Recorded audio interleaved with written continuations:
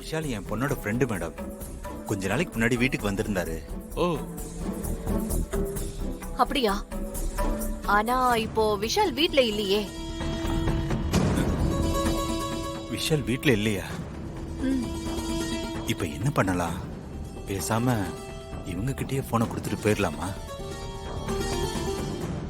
இந்தாங்க. தண்ணி குடிங்க.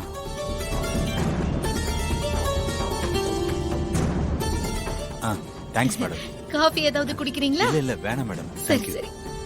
ஆமா, நீங்க என்ன விஷயமா வந்திருக்கீங்க? ஒரு போனை விஷால்கிட்ட கொடுக்கணும், அதுக்காக தான் வந்தேன். என்ன போனு? எதுக்கு இவர் அதை விஷால் கிட்ட கொடுக்கணும்னு சொல்றாரு?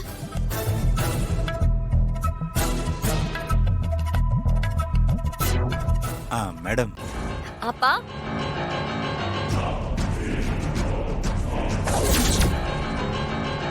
நீங்க எங்கப்பா இங்க?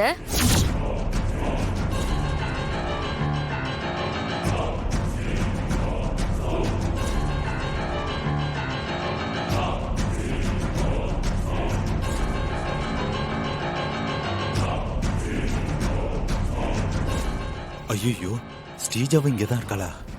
இவளுக்கு மட்டும் இந்த போன் விஷயம் தெரிஞ்சா விஷாலுக்கு நடந்த உண்மை தெரியாம போயிடுமே.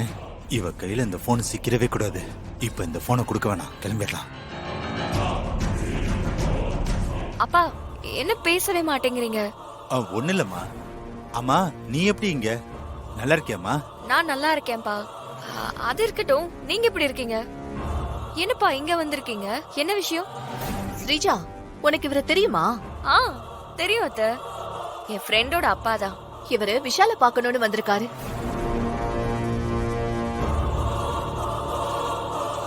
விஷால உங்களுக்கு தெரியுமாப்பா? இல்லம்மா, தெரியாது. அவர் பாடின ஒரு பாட்டை ஆன்லைன்ல பார்த்தேன், ரொம்ப நல்லா இருந்தது. அதான் அவரை பார்க்கலான்னு வந்தேன். விஷாலு இல்லையா? நான் இன்னொரு நாள் வரேன், எனக்கு நேரமாச்சு. வரேன் மேடம். வரேன் சார். வாங்க வாங்க. விஷால் கிட்ட ஏதோ குடுக்கணும்னு சொன்னீங்க.